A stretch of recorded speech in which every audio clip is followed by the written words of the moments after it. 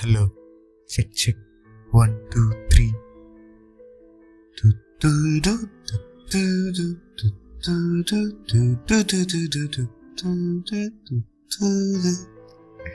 So ரீசெண்டாக இந்த டொக்கோமோட விளம்பரம் திடீர்னு ஞாபகம் வந்துச்சு. அந்த காலத்தில் அந்த பாட்டுக்கு போடாத வைப்பே இல்லை இல்லையா?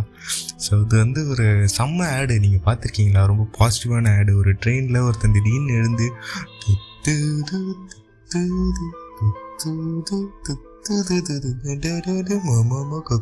அப்படின்ற மாதிரிலாம் வரும்.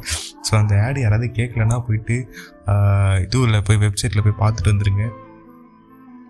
ஒரு தரமான அற்புதமான வேறு லெவலான ஆடு அப்படின்னு சொல்லலாம் இல்லையா?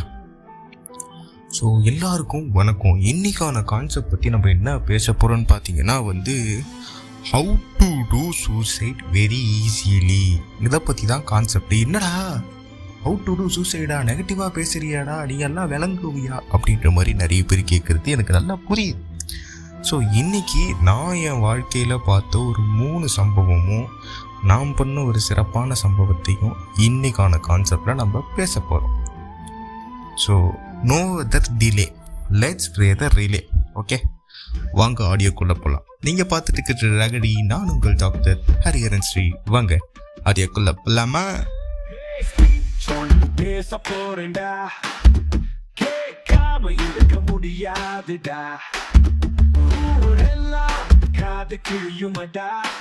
இது ரகடி பாட்காஸ்ட் சவுண்டே தினி கேளுடா. ரகடி just enjoy rasa. ரகடி takida takida. ரகடி kami tertura katalang solumenda. With the Ragadi podcast mama. அதாவது முன்னொரு காலத்திலே நான் 6வது படித்திருந்த வேலையிலே அப்போ என்னன்னா இந்த குவார்டர்லி எக்ஸாம், ஆஃபேலி எக்ஸாம்னு ஒரு சம்பவம்லாம் வரும். இவனுக்கு இந்த எக்ஸாமை மட்டும் வச்சா பிரச்சனையே கிடையாது. இதுக்கு ஒரு பேரண்ட் டீச்சர்ஸ் மீட்டிங்னு ஒன்று வைப்பானுங்க.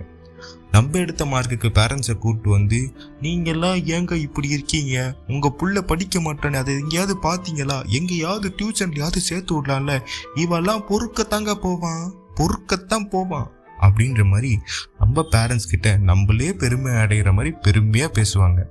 அவன் படிக்க மாட்டவன் தானே உன்னை ஸ்கூலில் திறந்து சேர்த்தேன், அப்போ அவன் ஸ்கூலில் சேர்த்தும் படிக்கலன்னா அதுக்கு யார் பொறுப்பு அப்படின்னு கேட்கக்கூடிய தகுதி பேரண்ட்ஸும் நம்ம கிட்ட கிடையாது. அது ஸ்டாக் இல்லைன்னு சொல்லிட்டாங்க. ஸோ நம்ம பேரண்ட்ஸ் என்ன பண்ணுவாங்க, உனக்கு காசை கொட்டி படிக்க வைக்கிறடா, நீ என்னத்தை கிடைச்சடா, ஏன்டா இப்படி பண்ணுறடா அப்படின்ற மாதிரி நம்மளே அசிங்கமாக கேட்பாங்க. இன்னும் ஒரு சில பேரண்ட்ஸ் ரொம்ப மேலே போயிட்டு பெல்ட்டு அடிக்கிறது, தொடப்பக்கட்டை வச்சு உரிக்கிறதுன்ற மாதிரி பல சாதனைகள் பண்ண ஆரம்பிப்பாங்க. ஸோ இந்த 6th ஸ்டாண்டர்ட் அப்படின்ற வயசு பார்த்தீங்கன்னா அது இளம் பிஞ்சுகள், இளம் மொட்டுகள். எனக்கு படிக்க வரலைன்னு தான் சொல்கிறேன். அதாவது பல கிரியேட்டிவ் சிந்தனைகள் மைண்டில் ஓடிக்கிட்டு இருக்க நம்மளால் ஒரே ஒரு சிந்தனையை யோசிச்சு படிக்க முடியலையேன்ற வருத்தத்தோட நம்ம சுற்றும் போது நீ படித்தாதான் வாழ்க்கை, படிப்பு தான் முக்கியன்றது அவங்க சொல்லுவாங்க. அதுதான் உண்மை, நான் இல்லைன்னே சொல்லலை. ஆனால் இந்த பேரண்ட்ஸ் மீட்டிங் வச்சு ஒரு டார்ச்சர் கொடுத்து, அதுக்கப்புறம் வீட்டில் ஒரு டார்ச்சர் கொடுத்து, அவங்க என்ன சொல்லுவாங்க நீ இவங்க பயப்பட, இவங்க என்ன சொல்லுவாங்கன்னு அவங்க பயப்பட, அங்கே போய் நம்மளெல்லாம் சேர்த்து சாவடிக்க, நம்மளாம் சேர்ந்து சாவடிக்க, இதுக்கு பதிலாக பேசாமல் நம்ம சூசைடே பண்ணிக்கலாம்டா அப்படின்ற மாதிரி ஒரு தடவை ஒரு யோசனை மைண்டுக்குள்ளே வந்துச்சு. என்னென்னா அப்போ ஒரு 3 சப்ஜெக்ட் ஃபெயில் ஆகிட்டேன். சாரி, 2 சப்ஜெக்ட் பாஸ் ஆகிருந்தேன். ஸோ மிச்ச சப்ஜெக்ட்லாம் ஃபெயில் ஆகிட்டேன். ஸோ இதை வீட்டில் சொன்னால் டுபால்னு திட்ட ஆரம்பிப்பாங்க. எங்கள் அப்பா எகிரி கத்துனார்னானே போதும் நான் ஆஃப் ஆகிடுவேன். ஸோ இதில் என்ன பண்ணுறது, எப்படி இந்த படிப்பை மண்டைக்குள்ளே கொண்டு வரதுன்ற யோசனையில் அதெல்லாம் வேணாம். 2 ஆப்ஷன் தான். பூ விழுந்தா பூ பாதை, தலை விழுந்தா சிங்கப்பாதை.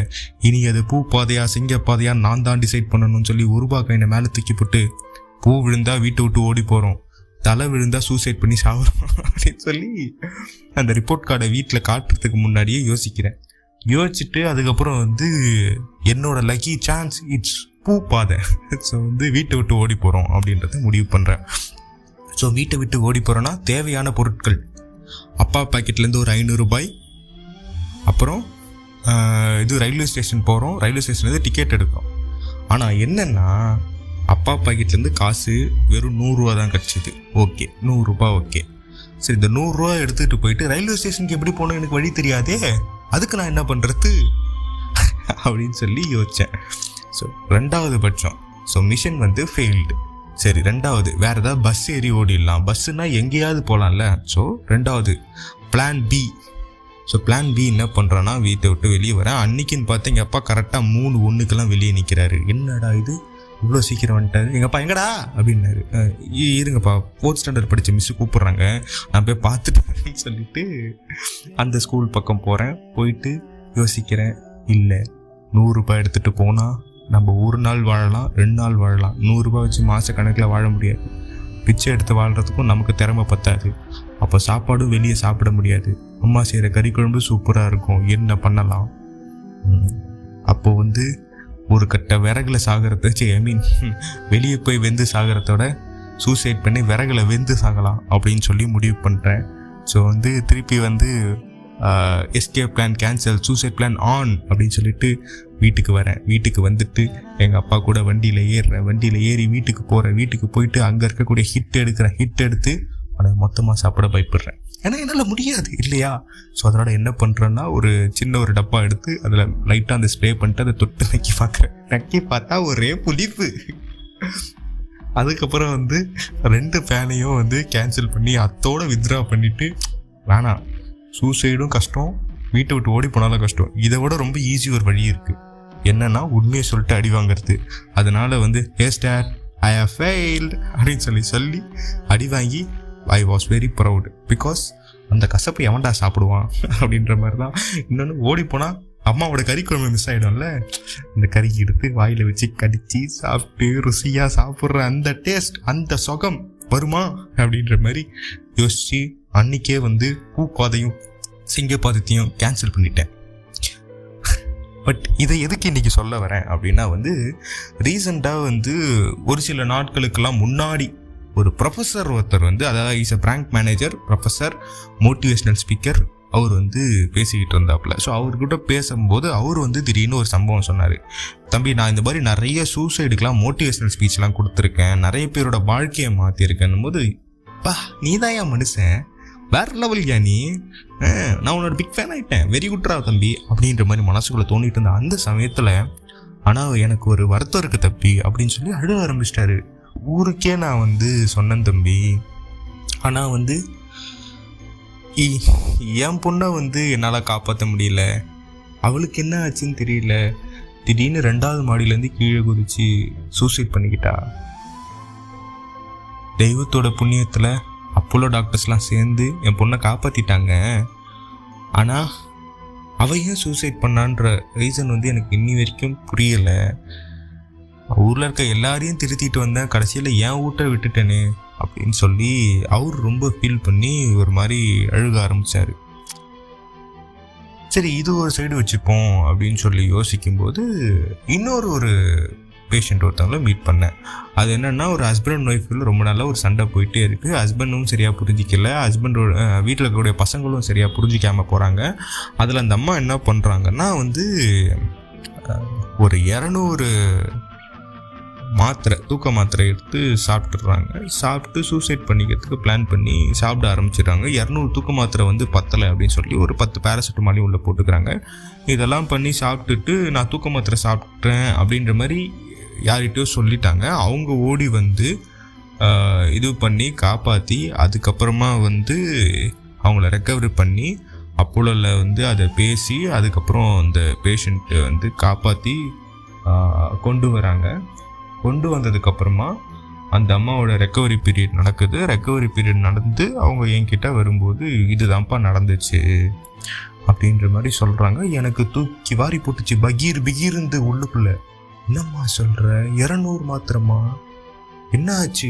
அதோட சைட் எஃபெக்ட்ஸாக அவங்களுக்கு என்ன ஆகிடுச்சுன்னா, அந்த நர்வ்ஸ் எல்லாம் வீக் ஆகி அடிக்கடி வந்து ஃபிட்ஸ் வர மாதிரி ஆகிடுது. அடுத்து வந்து இதை ஒரு ஓரமாக வச்சுக்கிட்டு யோசிச்சுட்டு இருக்கும்போது, ரீசெண்டாக இன்னொரு பேஷண்ட்டு வெறும் 22 வயசு. ஆமாம், நம்ம 6வதுலேயே ட்ரை பண்ணும்போது 22 வயசில் இந்த பொண்ணு ட்ரை பண்ணக்கூடாதா? இது என்னப்பா நியாயம் அப்படின்ற மாதிரி நீங்கள் கேட்குறது எனக்கு புரியுது. ஸோ வந்து 22 வயசான ஒரு பெண், அவங்க வந்து அவங்க கெரியரில் மற்றவங்களோட சேர்ந்து காம்படிட் பண்ண முடியல, எனக்கு வந்து ப்ரெஷர் ஜாஸ்தியாக இருக்குது, நான் எடுத்திருக்க என் ஃபீல்டில் என்னோடய ப்ரெஷர் ஜாஸ்தியாக இருக்கிறதுனால என்னோடய ஆங்ஸைட்டி, டிப்ரெஷன், ஸ்ட்ரெஸ்ஸு, லொசுக்குள்ள லொட்டு இந்த மாதிரி எல்லாமே வந்து அதிகமாயிடுச்சு. அதிகமானதுனால என்னால் இந்த ஃபீல்டில் வந்து ஜெயிக்க முடியல. அப்போது நான் இருந்து என்ன பிரயோஜனம்? நீங்கள் சொல்லுங்கள் ருத்ராங்கிள், நீங்கள் சொல்லுங்கள் நான் இருந்து என்ன பிரயோஜனம்? சிங்கு மாமா நீ சொல்லு நான் இருந்து என்ன பிரயோஜனம் அப்படின்ற மாதிரி சொல்லி இந்த பொண்ணு சூசைட் பண்ணிக்க போய் அதுக்கப்புறம் அதில் வந்து ரெக்கவரி பண்ணி கூப்பிட்டு வந்துட்டாங்க. இதையும் ஒரு சைடு வச்சுப்போம். இன்னொரு பேஷண்ட் இது பார்த்தீங்கன்னா வந்து இது வந்து சில பல வருடங்களுக்கெல்லாம் முன்னாடி என் கிளினிக்கில் ஒர்க் பண்ணக்கூடிய ஒரு ஸ்டாஃப் வீட்டில் நடந்தது. அவங்க சின்ன பறவையில் கிங்கினி மிங்கினி குழந்தையாக இருந்தப்போ நடந்த விஷயம். இது என்னன்னு பார்த்தீங்கன்னா வந்து வீட்டில் ஹஸ்பண்ட் ஒய்ஃப்குள்ளே ஏதோ பெரிய சண்டை. ஸோ அதனால் வந்து ஒய்ஃப் வந்து அவர் என்னை புரிஞ்சிக்கலை, அவர் நான் இல்லைன்னா தான் அவர் வந்து ஃபீல் பண்ணுவார், நான் இல்லைன்னா அவர் எவ்வளோ கஷ்டப்படுறாருன்னு மட்டும் பாரு, அவன் கல்யாணம் பண்ணிட்டு ஜாலியாக சந்தோஷமாக இருப்பான், என் பொண்டாட்டி இறந்துட்டா அடுத்த கல்யாணம் பண்ணி வைங்க அப்படின்னு கேட்டான்னா உடனே பண்ணி வச்சுருவாங்க. ஸோ வந்து இந்த இதுவில் அந்த அம்மா என்ன பண்ணியிருக்கேன்னா பசங்கள்லாம் வீட்டுக்குள்ளே வச்சு பூட்டிட்டு மண்ணெண்ணெய் எடுத்து ஊற்றிட்டு கொளுத்திக்கிச்சு. ஸோ அப்போ வந்து அவங்க கதறினாங்க, ஐயோ தெரியாமல் கொளுத்திக்கிட்டேன் எரியுது, யாராவது காப்பாற்றுங்கன்னு சுற்றி இருக்கவங்க எவ்வளோ ட்ரை பண்ணியும் அந்த நெருப்பு வேகமாக எரிஞ்சு அவங்கள காப்பாற்றவே முடியாமல் அவங்க உயிர் அதோடு வந்து அந்த இடத்துலேயே வந்து முடிஞ்சு போயிடுது. ஸோ இந்த மாதிரி வந்து இந்த எல்லா கேஸையும் ஒன்றா தூக்கிட்டு வந்து போட்டு எனக்கு வச்சு பார்த்தா அட ஆத்தான்ற மாதிரி இவங்களுக்குள்ள என்ன தாண்டா பிரச்சனை, உனக்கு என்னையா பிரச்சனை சொல் வா, ஏன் இப்படிலாம் இது பண்ணுற அப்படின்னும் போது எல்லார்கிட்டையுமே இருக்கக்கூடிய ஒரே விஷயம் என்னன்னா, காமனான விஷயம் என்னன்னா, I don't believe in me. நான் யாருக்கும் தேவையில்லை, நான் யாருக்கும் யூஸ் இல்லை, என்னால் எதுவுமே முடியாது, ஒரு பயம் இருக்குது எனக்கு, இதை எப்படி நான் ஃபேஸ் பண்ணுவேன், இதில் எப்படி நான் என்னோட ஆங்ஸைட்டி வந்து எனக்கு வந்து ஜாஸ்தியாக இருக்குது, என் ஸ்ட்ரெஸ்ஸு ஜாஸ்தியாக இருக்குன்னு எல்லாரும் சொல்கிறாங்க. இப்படி நீ அதான் சொல்கிறேன். இஃப் சப்போஸ் நான் நினச்ச மாதிரி கோழத்தனமாக அன்றைக்கே 6th ஸ்டாண்டர்ட்லேயே நான் இது பண்ணியிருந்தேன்னா இன்றைக்கி வந்து உங்களை டார்ச்சர் பண்ணியிருக்க மாட்டேன். பேசாமல் சாப்பிட்டுக்கலான்னு தோணுதோ ஒன்றுவேன் உங்களை. ஸோ வந்து டேய் நான் சாக மாட்டேன்டா, உங்களை தான் சாக அடிப்பேன்டா, இந்த மைண்ட் செட் தாங்க நான் வேணும்னு சொல்கிறேன். ஸோ வந்து எப்படி சொல்கிறேன்னா வந்து நம்ம ஏன் வந்து ஒரு விஷயத்தை பார்த்து பயப்படணும், நம்ம ஏன் தெரிச்சு ஓடணும்? உன்னப்பா நீங்கள் என்ன புலியா, எது உங்களை ரொம்ப பயமுத்துதோ அதுக்கு கண்ணுக்கு நேராக பார்த்து அதை பார்த்து ஒரு கேள்வி கேளுங்க, நீ என்ன புலியா அப்படின்னு கேளுங்க. முட்டை வர மாடாக இருந்தாலும் திரும்பி போயிடும் சார்.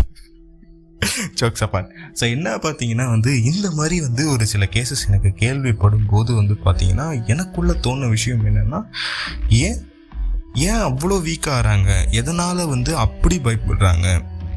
பிகாஸ் நான் பார்த்த எல்லாருமே பார்த்தீங்கன்னா பொட்டென்ஷியலி வந்து வேறு லெவலான கான்ஃபிடென்ஸ் இருக்கக்கூடியவங்க. அவங்களோட க்ரோத் பார்த்தீங்கன்னா எங்கேயோ இருக்குது. தனியாக ஒரு லேடியாக வந்து நின்று மீடியாவில் பல டார்ச்சருக்கு நேரம் நின்று ஜெயிச்சு ஒரு சூப்பர் நியூஸ் ரீடராக வந்தது தான் என்னோடய பேஷண்ட் ஒருத்தவங்க. நான் சொன்னல 200 தூக்க மாத்திரை அவங்க. அப்படிப்பட்ட ஒரு லேடி திடீர்னு ஏன் இந்த முடிவு எடுக்கணும்? எங்கே தோற்று போனாங்க? எது வந்து அவங்களுக்கு வந்து அவங்க வாழ்க்கையில் இழந்ததுனால வந்து அவங்க இந்த முடிவு எடுக்கிறாங்க அப்படின்னு யோசிக்கும்போது நம்ம ஒரு கட்டத்துக்கு மேலே வந்து என்ன பண்ணுறோன்னு பார்த்தீங்கன்னா வந்து நம்ம யாருன்றத மறந்துடுறோம். ஓகேவா? நம்ம என்ன பண்ணுறோன்னா, நான் அவனை டிபெண்ட் பண்ணியிருக்கேன், அவன் தான் முக்கியம், ஐயோ அவன் இல்லையே நம்ம என்ன பண்ணலாம், அவன் இல்லைன்னா செத்துருவோம், என்ன சொல்கிறீங்க, இல்லை அவனை சாவடிச்சிருவோம், இது வேறு கேட்டகரி, அது வேறு கும்பல், வேறு வெரி டேஞ்சரஸ் ஆனுங்க, அவனுங்களை நம்பவே கூடாது, அவன்கிட்ட நம்ம எப்படி வந்துடுவோம். ஸோ வந்து அவன் இல்லைன்னா நான் என்ன பண்ணுறது அப்படின்ற ஒரு மைண்ட் செட்லேயே வந்து இவங்க வந்து வாழ ஆரம்பிச்சிடுறாங்க. இதப்ப ஒரே விஷயந்தான்டா, உன்னால் முடியாது, நீ எதுக்குமே தகுதி இல்லை, உன்னால் எனக்கு பிரச்சனைன்னு சொல்ல அவன் யார்? நம்ம லைஃப்பை பற்றி டிசைட் பண்ணுறதுக்கு அவன் யார்? 6வதுல இந்த மேம் என்னை வந்து இவன் படிக்கவே மாட்டான், இவன் பொறுக்கி, இவனுக்கு எதுவுமே சரிப்பட்டு வராது, இவன் எதுக்குமே தகுதி இல்லை, இவெல்லாம் நாளைக்கு வந்து மாடு தான் மேக்கப் போகிறான்னு சொல்கிறதுக்கு அவன் யார்? என்னால் என்ன முடியும், எவ்வளோ படிக்க முடியும், எதுலேருந்து நான் சாதிக்க முடியுன்றத கண்டுபிடிக்க வேண்டியது நான் தான். என்னை பற்றி இந்த உலகத்தில் எல்லாரோட ரொம்ப அழகாக தெளிவாக வேற லெவலில் புரிஞ்ச ஒரே ஆள் நான் மட்டும்தான். ஸோ அதே மாதிரி தான் உன்னால எதுவுமே முடியாதுன்னு சொல்றதுக்கு அவ யாரா? அவளுக்கு உன்னை பற்றி என்ன தெரியும்? இப்போவும் எனக்கும் என் மச்சானுக்கும் நல்லா ஞாபகம் இருக்குது. நானும் பாரதாசனும் 12th ஸ்டாண்டர்டில் ஃபெயில் ஆகும்போது இங்கே இருக்க எல்லாருமே டாக்டர் ஆகிடுவானுங்க. இவனுங்க 2 பேர் மட்டும் டாக்டரே ஆக மாட்டானுங்க. இவனுக்கு 2 பேர் மட்டும் எதுக்குமே சரிப்பட மாட்டானுங்கன்னு எங்கள் வீட்டு மேம் எங்கள் கண்ணுக்கு நேராக சொல்லிச்சு. இருக்கிறதுல கம்மி மார்க் எடுக்கிறது இவனுங்க திருந்தவே மாட்டானுங்கன்னு. ஆனால் பயாலஜி குரூப்பில் எவனுமே டாக்டருக்கு படிக்கலை. மச்சானும் நானும் மட்டும்தான் டாக்டர் எடுத்தோம். இன்னைக்கு ஒரு சக்ஸஸ்ஃபுல்லாக ஏதோ ஒரு இடத்துல ப்ராக்டிஸ் பண்ணிகிட்டு இருக்கோம். எங்களுக்குன்னு 4 செட் ஆஃப் பேஷன்ஸ் இருக்காங்க. எங்களோட லைஃபோட க்ரோத் அதோட கிராஃபு ஸ்மூத்தாக போயிட்டுருக்கு. ஆனால் அன்னைக்கு அவள் சொன்னான்னு சொல்லி என் வாழ்க்கையோட லட்சியத்தையும் என்னால் முடியாத விஷயத்தையும் நான் ட்ரை பண்ணாமலே இருந்து, ஐயோ எனக்கு இது கிடைக்காது, ஐயோ அவ்வளோதான், என் வாழ்க்கை முடிஞ்சு போச்சு, என் அத்தியாயம் தொடஞ்சு போச்சு அப்படின்னு சொல்லி கதையோட பக்கத்தை மட்டுமே வச்சுக்கிட்டு நின்றுட்டு இருந்தேன்னா எவன்டா நடுப்பக்கத்தை எழுதுவான்? எவன்டா ட்விஸ்ட் அண்ட் டர்ன்ஸ் எழுதுவான்? அதை தான் சொல்கிறேன். ஸோ வாழ்க்கையில் எந்த இடத்துல நீங்கள் உங்களை தொலைக்கிறீங்களோ, தொலைச்சிட்டேன்னு நினச்சி அதுலேருந்து கதையை முடிக்காமல் புதுசாக ஒரு சாப்டரை உருவாக்குங்க. அப்படியே சைஸாக மூவ் பண்ணுறாங்க. சாப்டர் 3 KGF 4 வந்துச்சு பாரு அப்படின்ற மாதிரி தான். ஸோ எவன் வேணா சொல்லட்டும், உன்னால் இது முடியாது, உனக்கு வேலை கிடைக்காது, நீ எதுக்கும் சரிப்பட்டு வரமாட்ட, நீ ஒரு தத்தி முட்டாள், உனக்கு வாழ்க்கையில் எதுவுமே வராதுடா, செத்து போ, எதுக்கு உயிரோடு இருக்க அப்படின்ற மாதிரி யார் சொன்னாலும் கதையோட பக்கம் மட்டுமே பார்த்து முடிவு பண்ணால் எப்படி ப்ரோ? கதையோட அடுத்த பக்கத்தையும் படிக்க ஆரம்பிங்க அப்படின்னு சொல்லி எவன் நம்மளை பார்த்து அசிங்கப்படுத்துகிறானோ, கேவலப்படுத்துகிறானோ, நம்மளால் இது முடியாதுன்னு சொல்கிறானோ, கடன் தொல்லையில் மாட்டிட்டு முழிக்கிறோமோ, எல்லா பிரச்சனைக்கும் ஒரு தீர்வு இருக்குது ப்ரோ. ஷேர் மார்க்கெட் எடுத்து பார்த்துருக்கியா? ஒரு நாள் ஒரு மார்க்கெட்டோட க்ரோத் திடீர்னு 0க்கு போகும், மொத்தமும் லாஸ் ஆகும், அவ்வளோதான், வாழ்க்கை முடிஞ்சு போச்சு நம்ம நினைக்கிற அந்த டைமில் திடீர்னு பார்த்தா எங்கிருந்தோ அந்த மார்க்கெட் க்ரோத் ஆகி நம்ம நினச்சதோட பல மடங்கு நமக்கு லாபம் கிடைக்கும். ஆனால் அந்த நாள் வரைக்கும் நம்ம காத்துன்னுக்குறோம். ஓகேவா? அதை விட்டுட்டு என் கதை அவ்வளோதான், நான் வாங்கின ஸ்டாக் அவ்வளோதான், என் வாழ்க்கை முடிஞ்சு போச்சு, அத்தியாயம் முடிஞ்சு போச்சு, அவ்வளோதான், என் புக்கில் கடைசி பேஜாக மாறிடுச்சுன்னு நீ நினச்சேன்னா யாருக்கும் லாஸ் இல்லை, உனக்கு மட்டும்தான் லாஸு. ஓகேவா? ஆனால் இப்பவும் சொல்கிறேன், எதுவும் குறைஞ்சி போல. நீ நினச்சா, உன் மேலே நம்பிக்கை வச்சா, உன் வாழ்க்கையை இன்னிலேருந்து கூட ஸ்டார்ட் பண்ணலாம். உன் கதையை நீ திருப்பி ரீரைட் பண்ணலாம். ஓகே? இந்த உலகத்தில் நீ எதை விட ப்ரெஷியஸாக ஒரு விஷயத்த நினைக்கிறியோ அதை விட ப்ரெஷியஸான விஷயம் நீ மட்டும்தான். உன் கதையை நீ நினச்சா இப்போவே திருப்பி முதலேருந்து எழுத ஆரம்பிக்கலாம். இதுக்காக தோண்டு நின்று உன்னால் முடியாதுன்னு ஏன் முக்கிட்டு உக்காந்துட்ருக்க? உன்னை நீ எப்படி செதுக்கணுன்றத நீ தான் முடிவு பண்ணும். உனக்கு வருமா வராதான்னு நீ முடிவு பண்ணு. உனக்கு வரலையா, அப்போ உனக்கு எது நல்லா வருமோ அதில் கான்சென்ட்ரேட் பண்ணு. ஒரு ரிலேஷன்ஷிப்பில் ஒருத்தரை மட்டுமே டிபெண்ட் பண்ணி இருக்கிறதுனால அந்த ரிலேஷன்ஷிப்புக்காக நீ சூசைட் பண்ணிக்கிட்டேன்னா உனக்காக எவனும் அங்கே அழமாட்டான். ஒருத்தனுக்கு உன்னோட வேல்யூ தெரியலையா, நீ யாருன்றது ரெக்கக்னைஸ் பண்ண முடியலையா, அப்போ லாஸ் அவனுக்கு தான், உனக்கு இல்லை. அதனால் உன்னை நீ பத்திரமா பார்த்துக்க, அப்புறம் மற்றவங்கள பற்றி யோசிக்கலாம். சரியா? மற்றும் ஒரு சுவாரஸ்யமான ஆடியோவில் உங்கள் காதுகளை கிழிக்கிறதுக்காக நான் ஓடி வந்துட்டுருக்கேன். நீங்கள் கேட்டுட்ருக்கிறது இழகிரி, நான் உங்கள் டாக்டர் ஹரிஹரன் ஸ்ரீ. அப்புறம் I can rewrite my own story. கதை இன்னும் முடியலடா.